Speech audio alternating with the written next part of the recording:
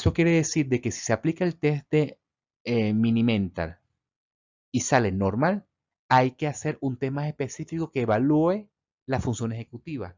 Y allí se aplica el test de MoCA. Tomen en cuenta que según el tipo de demencia va a estar afectado un área cognitiva principalmente o primariamente que otras. Por ejemplo, en la enfermedad de Alzheimer, que estaría alterado inicialmente la orientación en tiempo y espacio, por ejemplo, ¿sí? Y puede ser de que la memoria, la evocación estaría alterada porque estaría comprometida la memoria inmediata, ¿sí? En este caso, de memoria a corto plazo. Por esa razón, estas dos áreas, por ejemplo, se evalúa en el Alzheimer, ¿sí? Pero aquí no evalúa, por ejemplo, comportamiento. Y el comportamiento es clave para el diagnóstico de la demencia frontotemporal. Puede evaluar, por ejemplo, la fase de Broca, que puede estar presente en una variante, ¿sí?, del lenguaje respecto a la demencia frontotemporal. O la semántica para la denominación de los objetos, pero no evalúa comportamiento. Y eso hay que evaluarlo en la clínica.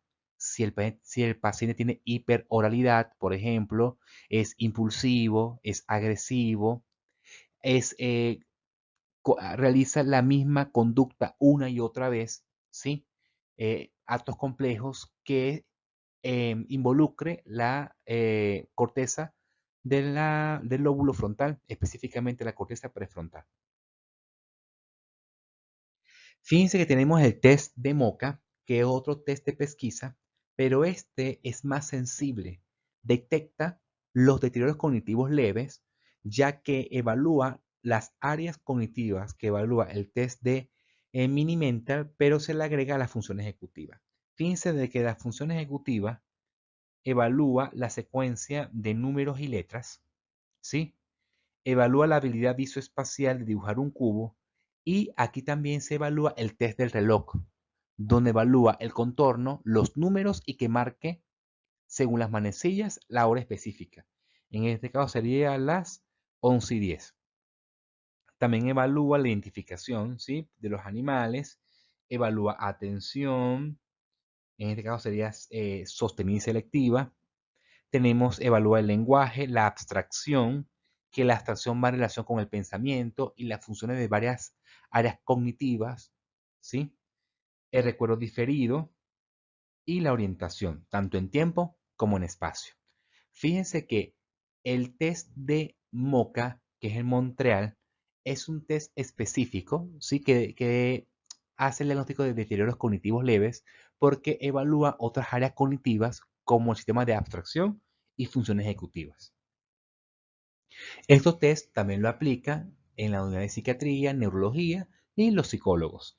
Cuando hay un área cognitiva del cual esté alterado, entonces hay que aplicar por parte del neuropsicólogo test específicos que evalúe el área cognitiva específica y evalúa el lóbulo cerebral específico.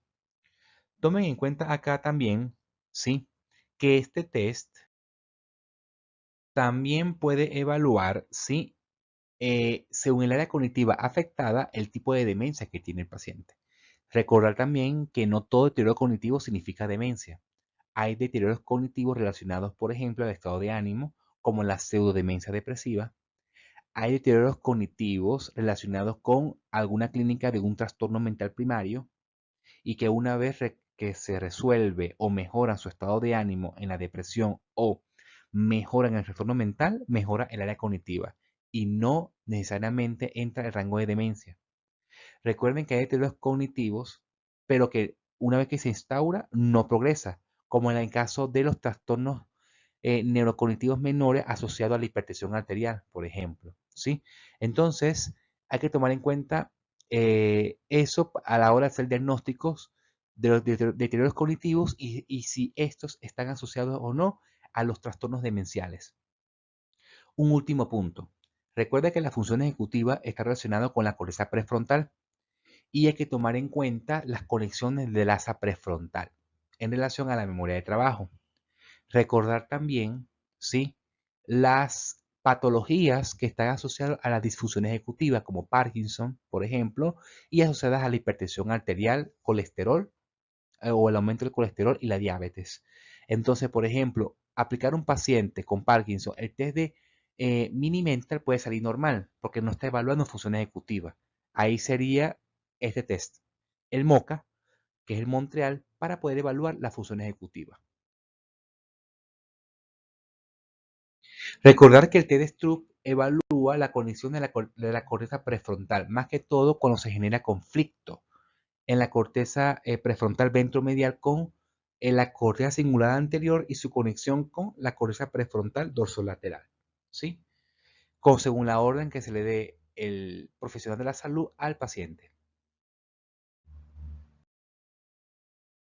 Ahora vamos a estudiar otro estudio de extensión de la neuropsicología que son la neuroimagen. Resulta que voy a introducir lo que corresponde a las ondas electromagnéticas, ya estudiadas en Neurociencias 1. Fíjense que existen ondas electromagnéticas, ¿sí? En el cual existe unas ondas electromagnéticas de la luz visible, que sería lo que está acá. Pero existen ondas electromagnéticas que están en el ambiente, pero que simplemente no lo podemos observar. Por ejemplo, la luz infrarroja, ¿sí? O los rayos infrarrojos.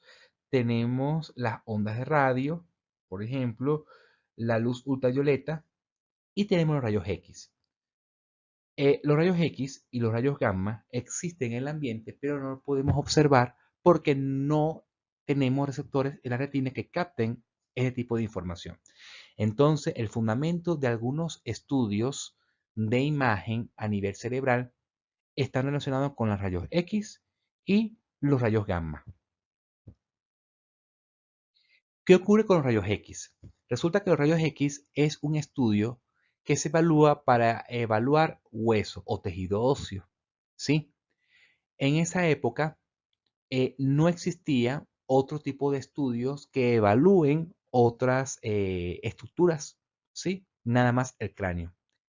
Inclusive para poder estudiar a nivel cerebral, o sea, o estructuras cerebrales, se inyectaba aire en la sangre para poder evaluar, ¿sí? Ciertas zonas donde captaba el aire, ¿ok? Y se veía una zona oscura. Para estudiar la rayos X se hablaba de zonas radiopacas y radiolúcidas. Radiopacas cuando se veía muy blanco, como en este caso que se ve el hueso, y radiolúcido cuando se ve negro, ¿ok? Como en este caso. O sea que el aire tiene que verse radiolúcido porque se veía un área negra. Actualmente está en desuso porque existen estudios de neuroimagen más profunda, ¿sí? Que evalúa mejor el tejido cerebral. Del descubrimiento de los rayos X se creó la tomografía computarizada. La tomografía es la emisión de cientos de rayos X para crear tridimensionalmente, ¿sí? La estructura encefálica. Tridimensionalmente entre comillas porque son cortes bidimensional y que los cortes, por ejemplo, axiales, coronales, ¿sí? Y sagitales, genera en los tres planos que se evalúa tridimensionalmente el cerebro, por ejemplo, o el encéfalo. Recuerden que el encéfalo se encuentra dentro de la bóveda craneana, ¿sí? Existe un sitio que emite los rayos X y otra parte que detecta rayos X y atraviesa la estructura, en este caso, encefálica. Recuerden, la tomografía se puede aplicar en cualquier parte del cuerpo, pero como nuestro órgano de estudio es el encéfalo, entonces sería una tomografía cerebral. Pero cerebral queda corto, porque recuerden que también se puede evaluar tallo encefálico y cerebelo con la tomografía, no solamente el cerebro. ¿Qué ocurre con la tomografía que se fundamenta de los rayos X? Evalúa también el tejido óseo, ¿sí? De manera adecuada. Ahora bien, para estudiar el cerebro como tejido, sí se puede estudiar, pero no es tan marcado las estructuras pequeñas a nivel cerebral para poder estudiarlo, ¿sí? Sin embargo, se puede evidenciar a grosso modo, ¿ok? La distribución de la sustancia gris, de la sustancia blanca, los núcleos de la base, los ventrículos cerebrales, ¿sí? Otra estructura que se evalúa muy bien con la tomografía, aparte del hueso, serían las calcificaciones, ¿sí? Que se encuentran en la glándula pineal, por ejemplo, en los plexos coroideos. Otra estructura que se puede evaluar muy bien con la tomografía es la sangre, el contenido hemático. ¿Qué relación tiene, por ejemplo, el hueso, tejido óseo, las calcificaciones y la sangre? Porque esas estructuras contienen metal, un elemento metal, ¿sí? Un átomo metal. Por ejemplo, en la sangre hay hierro y el hierro es metal. Las calcificaciones vienen del calcio. El calcio también es un metal. En el hueso también contiene alta concentración de calcio, que también es un metal.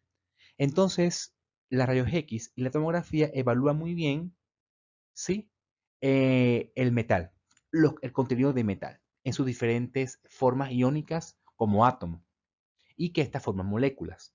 Fíjense que existen unos valores que son las unidades Hounsfield y que con el cursor, cuando ustedes se mueven, ¿verdad? El cursor en la tomografía, que esto sería un corte axial del cerebro, puede tener unos valores y esos valores uno puede inferir qué tejido nos estamos enfrentando o se está marcando en el momento, ¿sí? Con el cursor. Por ejemplo, si yo señalo acá en los ventrículos, tiene 3,9 unidades Hounsfield. Si señalo acá, el hueso contiene 1041 unidades Hounsfield. Y según las unidades Hounsfield que marque el cursor, entonces uno puede inferir qué tejido estamos observando. Por ejemplo, si tenemos aire en -1000, como acá, en la parte periférica. Si tenemos agua, por ejemplo, es 0, ¿sí? Que se marca como límite entre más o menos de las unidades Hounsfield. Si hay sustancia blanca, va entre 20 y 35 unidades Hounsfield, gris entre 30 y 40. Si es un coágulo de sangre, está entre 55 y 75 unidades Hounsfield, para en el caso de evaluar los ACV hemorrágicos, ¿sí? Para ver hueso tenemos los 1000. Y si es un cuerpo extraño metálico, mayor a 1000. ¿Sí? Por ejemplo, un clipaje de un aneurisma que es metálico se puede ver en la tomografía.